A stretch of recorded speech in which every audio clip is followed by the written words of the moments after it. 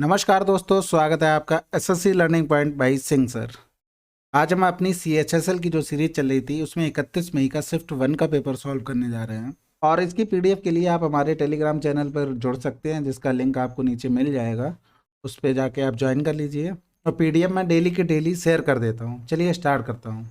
एक त्रिभुज के कोणों के माप का अनुपात 3, 4, 8 है। तीनों कोणों में से सबसे छोटे कोण का माप क्या होगा? देखो, त्रिभुज के तीनों कोणों का योगफल क्या होता है? 180 होता है। यानी कि ए प्लस बी प्लस सी क्या होता है? 180 होता है। तो 8, 4, 12, 3, 15।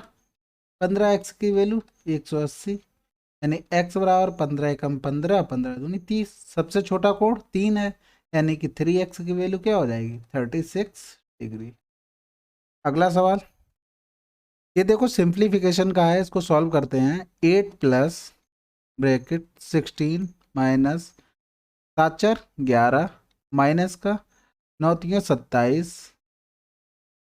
प्लस 6 में 7 चौक 28 माइनस का 28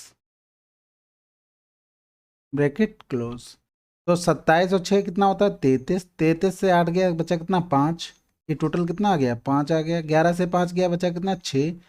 6 बचेगा, तो 16 से 6 माइनस करेंगे तो कितना बचेगा? 10। 10 8 18 आंसर। अगला सवाल, 8127 को 8 से भाग देने पर प्राप्त शेषफल क्या होगा? लास्ट के 3 डिजिट देख लो। 8 एकम 8, 4 बचा, 8 पंजे 40, शेषफल कितना? 7।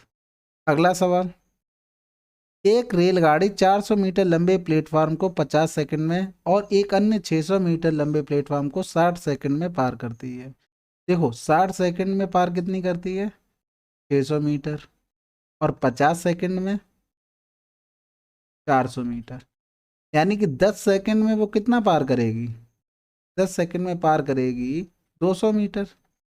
अब हमें क्या निकालना था? स्पीड। यानी 10 सेकंड में 200 मीटर चल रही है, तो स्पीड 200/10 गुणे, ये कितना मीटर प्रति सेकंड में है, और आपको किलोमीटर प्रति घंटे में चाहिए, तो 18/5 से गुणा कर दो। तो ये 0 हो जाएगा। 5 चौकू 20, 18 चौक 72 किलोमीटर प्रति घंटा। तो देखो, 72 इसमें दिया है और किसी में नहीं दिया, ये आंसर हो गया। लेकिन हमें क्या है? डिस्टेंस भी निकालनी है। तो डिस्टेंस 10 सेकंड में 200 मीटर और 50 सेकंड में, देखो ये दिया है 10 सेकंड में 200 मीटर, और 50 सेकंड में कितना चलेगा? 5 गुना हो रहा, 5 दूनी 10, 1000 मीटर। और 50 सेकंड में 400 मीटर, तो वो प्लेटफॉर्म थी, -400 कर दो। तो आंसर क्या आ जाएगा? 600 मीटर प्लेट उसकी ट्रेन की लंबाई हो जाएगी। अगला सवाल, देखो a upon B plus B upon A की वैल्यू -1 दी है और इसकी निकालनी। देखो, ये भी प्रीवियस ईयर का पेपर है। अगर आपने सॉल्व किया होते ना प्रीवियस ईयर, तो ये 2 सेकंड का था, 0 आंसर लगा के आप निकल जाते। लेकिन सॉल्व करके देखते कैसे आएगा। इसको सॉल्व करेंगे तो a square plus b square equal minus का ए बी। तो यहाँ आ जाएगा a square plus b square plus का ए बी इक्वल 0। तो यहाँ से a cube minus b cube का फार्मूला क्या होता है? A minus b, a square plus b square plus का ए बी, और इसकी वैल्यू क्या है? 0। ये देखो निकालिए हम लोग। चलिए अगला सवाल, यदि sine x minus 3 cos x equal √3 cos x, तो कॉट एक्स की वैल्यू। देखो, साइन एक्स कॉस एक्स उस साइड चला जाएगा, तो √3 कॉस एक्स प्लस का 3 कॉस एक्स। अब इसको क्या लिख सकते हैं? साइन एक्स और इसका कॉस एक्स कॉमन ले लो, 3 प्लस √3। अब यहाँ से देखो 1/3 प्लस √3 और cos x upon sine x, और इसका कॉन्जुगेट से गुणा कर दो। 3 माइनस √3 अपॉन 3 प्लस √3, ऊपर नीचे गुणा करना पड़ेगा, इक्वल कॉट एक्स आ जाएगा। तो 3 माइनस √3 अपॉन 3 त्रिका 9, 9 में से 3 गया, 6 बचा। ये हमारा कॉट एक्स की वैल्यू हो जाएगी। अगला सवाल, 2 सेंटीमीटर आधार त्रिज्या और 6 सेंटीमीटर ऊंचाई वाले बेलन का पृष्ठीय क्षेत्रफल क्या होगा? बेलन का पृष्ठीय क्षेत्रफल क्या होता है? कर्व सरफेस एरिया 2πr/h, यानी कि 2 × 22/7 × 2 × 6। तो यहाँ पर हो जाएगा बाय 6 दूनी 12 दूनी 24 दूनी 48 के 8 हासिल लगा 4 24 दूनी 48 4 52/7 सत्तू सत्तू 49 होता है, बचा कितना 3 और 7 पंजे 35 यानी 75 दशमलव कुछ आएगा। तो ये आपका फर्स्ट ऑप्शन। अगला सवाल, एक अर्धगोले का वक्र पृष्ठीय क्षेत्रफल 1232 है। वक्र पृष्ठीय क्षेत्रफल गोले का क्या होता है 4πr², और इसका आधा कर देंगे तो क्या होगा अर्धगोले का, यानी कि 2πr² की वैल्यू क्या दी गई 1232। तो 2 छक्के 12 और 2 एकम 2 और 2 छक्के 12 यानी 22/7 r² बराबर 616। तो 11 दूनी 22 11 पंजे 55 11 छक्का 66 और 2 दूनी 4 2 अट्ठे 16 यानी कि आर बराबर कितना हो गया 14 सेंटीमीटर। कैसे हो गया, इसको क्या ले सकते हैं 7 × 4 × 7 और इसको 2 × 2 तो रूट लेंगे तो 7 दूनी 14 आंसर। अगला सवाल, केंद्र क्यू पर पंजीकृत मतदाताओं की कुल संख्या के कितने प्रतिशत वोट अवैध थे यदि केंद्र क्यू पर डाले गए मतों की संख्या केंद्र पर डाले गए सभी मतों की 25% थी। तो यहाँ देखो पंजीकृत मतदाताओं की कुल संख्या दी गई है, मतदान करने वाले लोगों का प्रतिशत कुल पंजीकृत मतदाताओं की संख्या में से कितना है 80%। अब यहाँ से देखो इसमें कुछ डाउट लग रहा है। डाउट क्या है कि देखो यहाँ पर भी दी गई है 80% 18 से 50, ठीक है। अब यहाँ से भी दी गई 25% वोट डाले गए हैं, तो फिर यहाँ से तो हम कुछ क्लियर बता ही नहीं सकते हैं। इसकी कोई लैंग्वेज क्या है पूरी कंप्लीट नहीं है, कुछ ना कुछ इस सवाल में गड़बड़ है। अगला सवाल, आयत की लंबाई और चौड़ाई में 15% 20% की वृद्धि हो जाती तो आयत के क्षेत्रफल में कितने प्रतिशत की वृद्धि होगी। देखो 15% प्लस 20% प्लस प्लस प्लस ही रहेगा सब कुछ। आप तो इस सब में क्या हो रहा वृद्धि हो रही। 20 पंजे 100 5 15 यानी कि आंसर 38%। अगर किसी को ज़्यादा कीड़ा हो ना तो ऐसे कर सकते हैं, दोनों मान लो लंबाई और चौड़ाई इतनी थी, 15% की वृद्धि इसमें हुई 20% की वृद्धि इसमें हुई यानी 120 गुणा कर लो। यहाँ एरिया कितना आ रहा है 10,000 और इसका एरिया कितना हो जाएगा 0 12 पंजे 60 की 0 हासिल लगा 6 12 एकम 12 6 18 की 8 हासिल लगा 1 12 एकम 12 और 1 13। यहाँ से देखो कितना बढ़ा 3800 बढ़ रहा है, कितने पे 10,000 पे गुणे तो आंसर 38%।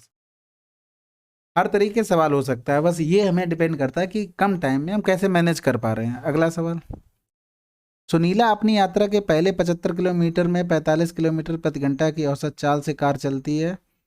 उसके बाद वह 45 किलोमीटर यात्रा में 70 के हिसाब से चला रही है। यदि सुनीला यात्रा के दौरान कहीं भी रुकी नहीं है तो पूरी यात्रा के दौरान उसकी औसत चाल क्या थी। देखो हमें पता है एवरेज स्पीड का फार्मूला क्या होता है total distance upon total time. ठीक, टोटल डिस्टेंस कितनी है 75 प्लस 45 यानी कि 120 और टोटल टाइम कितना हो जाएगा। टोटल टाइम निकालने के लिए 75/45 और प्लस 45/70 तो 15×5 = 75 15×3 = 45 5 एकम 5 सॉरी 5 9 45 5 एकम 5 और 5 चौकू 20 यानी कि एलसीएम लेंगे 14×3 = 42 हो जाएगा। 14 पंजे 70 9×3 = 27 यानी 97/, वैल्यू पुट कर दो। टोटल डिस्टेंस 120 टोटल टाइम 97 गुणे 42 गुणा कर लो 0 12 दूनी 24 4 हासिल लगा 2 12 चौक 48 और 2 50/97। देखो नीचे ये कटेगा तो किसी से नहीं, तो हर में क्या आना चाहिए 97। देखो इसमें आ रहा है और यूनिट डिजिट चेक करेंगे 7 एकम 7 3 10 की 0 इसमें है 7 एकम 7 3 10 की 0 इसमें है, लेकिन 7 पंजे 35 करेंगे तो नहीं आ पाएगा। 7 एकम 7 35 प्लस 3 करेंगे तो कितना आ जाएगा 0 6 360। हमें चाहिए कितना 5040, तो ऑप्शन केवल सेकंड सही है। चलिए अगला सवाल, ए बी का रेशियो 2 3 दिया है, बी सी का 6 8 दिया है, तो ए बी सी का दिया है। देखो ए बी का 2 3 होना चाहिए, 2 3 इसमें भी है 2 3 इसमें भी है 2 3 इसमें भी है, इसमें नहीं, ये आंसर नहीं है। तो बी सी का कितना होना चाहिए 6 8 6 8 इसमें है यानी 2 3 या 6 2 चौकू 8 3 4 होना चाहिए बी सी का। बी सी का 3 4 है नहीं है, इसमें 3 4 है आंसर। एक रेफ्रिजरेटर का अंकित मूल्य 60,000 है। दुकानदार पूर्ण नकद भुगतान करने पर 12,000 की एक सीधी छूट देता है। इसके अलावा वह अपने नियमित ग्राहकों को अंकित मूल्य पर 5% की अतिरिक्त छूट देता है। किस पर अंकित मूल्य पर। एक नियमित ग्राहक को रेफ्रिजरेटर के लिए कितना भुगतान करना पड़ेगा? देखो 60,000 पर 5% की छूट दे रहा है वो, यानी कि 6 पंजे 30, 3,000 की छूट ये दे रहा, 12,000 की छूट ये दे रहा, टोटल 15,000 की छूट दे रहा, यानी कि 60,000 से 15,000 अगर घटा दें तो आंसर कितना आएगा? 45,000। अगला सवाल, एक किराना व्यापारी को क्रमशः 15 और 20 प्रति केजी की दाल की दो किस्मों को किस अनुपात में मिलाना चाहिए ताकि 18 प्रति, देखो 15 और 20 और टोटल 18 होना चाहिए, यानी कि 2 15 3। बहुत इजी सवाल था। अगला सवाल, प्रथम 43 प्राकृतिक संख्याओं का औसत, यानी 1 और 43, यानी 1 से लेके 43, अगर डिफरेंस सेम हो तो हम क्या करते हैं? लास्ट प्लस फर्स्ट, यानी कि 44 और अपॉन 2 कर देते हैं 22। अगला सवाल, कह रहा है pie chart giving fraction of student preferring different types of food. देखो, if it is known that 35 students mention momos as their preferred food, यानी कि 35 लोग हैं जिन्हें क्या मोमोज बहुत पसंद है, जिसमें मैं भी एक हूँ। On the basis of information provided in the following pie chart calculate the number of student who mention either rolls or aloo paratha as their preferred. Rolls किसने लिए हैं? रोल्स वाले ये हैं, और आलू पराठा वाला ये है, यानी कि आलू पराठा वाला 0.2 है और रोल्स वाले हमारे हैं 0.2, यानी कितने हैं? 0.4। मोमोज के हमारे कितने दिए हैं? ये वाले, यानी कि 0.125। इसकी वैल्यू कितनी दी है क्वेश्चन? 35, और 0.4 की वैल्यू निकालनी है, यानी कि 35/125 गुणे 1,000 गुणे 4/10, कैंसिल आउट। 25 पंजे 125, 25 चौकू 100, 5 सत्ते 35, 4 चौकू 16, 16 सत्ते 112। अगला सवाल, एक कलम को 15% लाभ पर 28.75 में बेचा गया, यदि इसे 25.75 में बेचा जाता तो लाभ प्रतिशत क्या होता?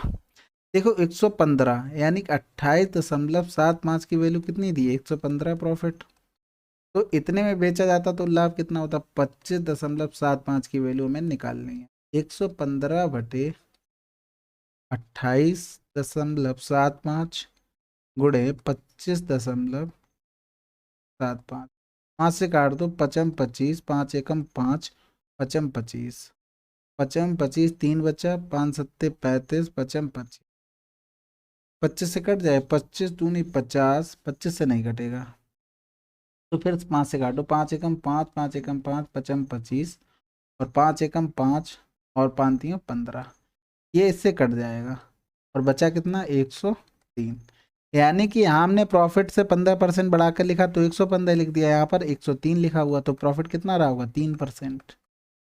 अगला सवाल, एक शहर की जनसंख्या 5% वार्षिक चक्रवृद्धि दर से बढ़ रही है, शहर की वर्तमान जनसंख्या कितनी है? तो 2 वर्ष पूर्व इस शहर की जनसंख्या, यानी 5% का मतलब क्या होता है? 1/20, यानी कि 20 से 21 बढ़ रही है, फिर 20 से 21 हो गई, यानी कि 400 हो गया, 21 से 21 441।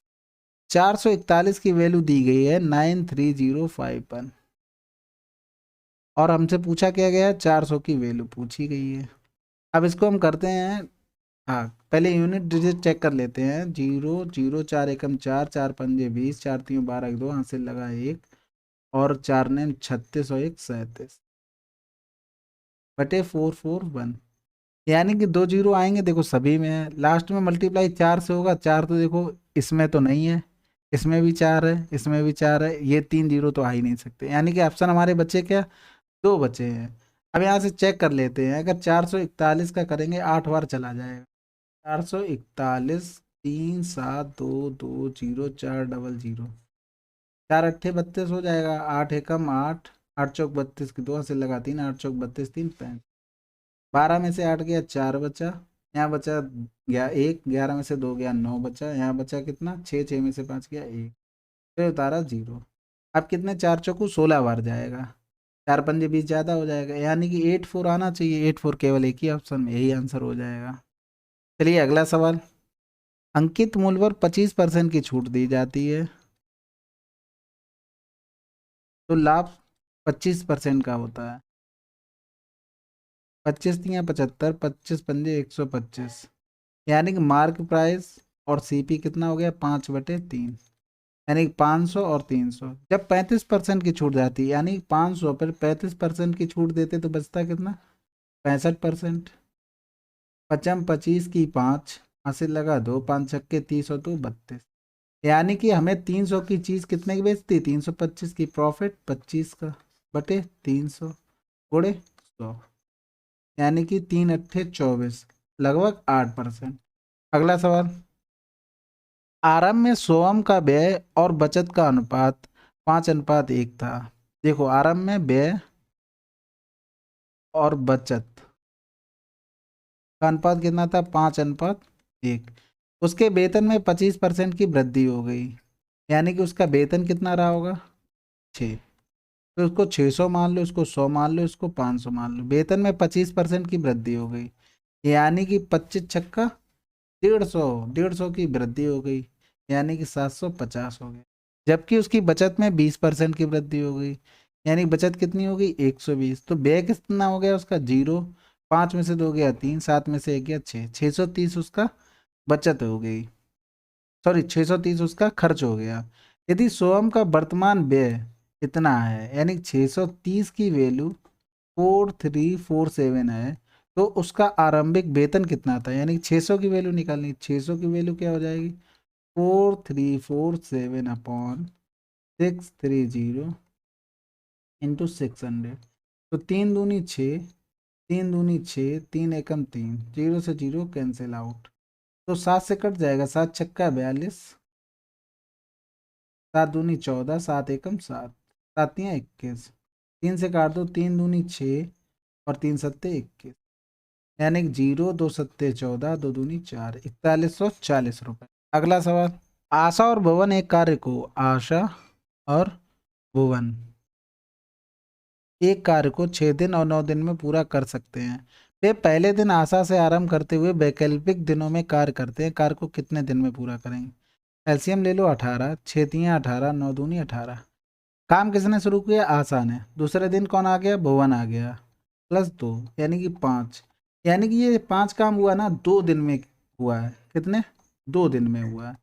तो 18/5 करेंगे तो 5 तियाँ 15, और 3 साइकिल कितने 2 दिन की चल रही, तो 3 × 2, और प्लस बचा कितना काम है? 3 काम बचा, कौन करेगा आके? आशा कर देगा आके, यानी कि 1 दिन और बढ़ गया, 3 दूनी 6 और 1 7 दिनों में पूरा काम खत्म हो जाएगा। अगला सवाल कह रहा है x + y बराबर 14, तो x³ + y³ + 42xy। देखिए हमने मान लिया कि इसमें x 0 है, तो y की वैल्यू 14, यानी 14³ कितना होता है 2744। क्यों भैया 20 तक याद कर लो, 20 के ऊपर 21 का और 25 का और 26 का, ये भी मस्ट है याद करना। ये 3 बहुत अक्सर सीआई में हमें कंफ्यूजिंग कर देते हैं।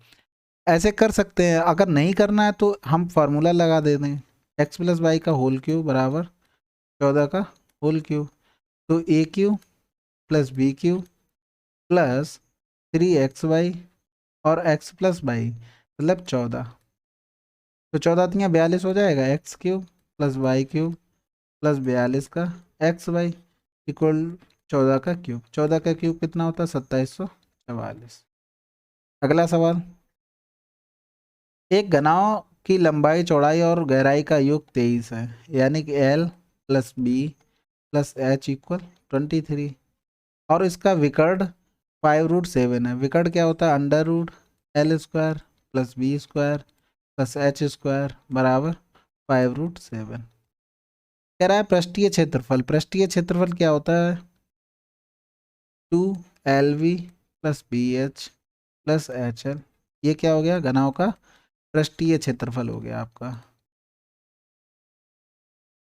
अब हमें निकालना है पृष्ठीय क्षेत्रफल, तो हम क्या करते हैं L + B + H का होल स्क्वायर कर देते हैं। L + B + H का होल स्क्वायर करेंगे तो क्या हो जाएगा?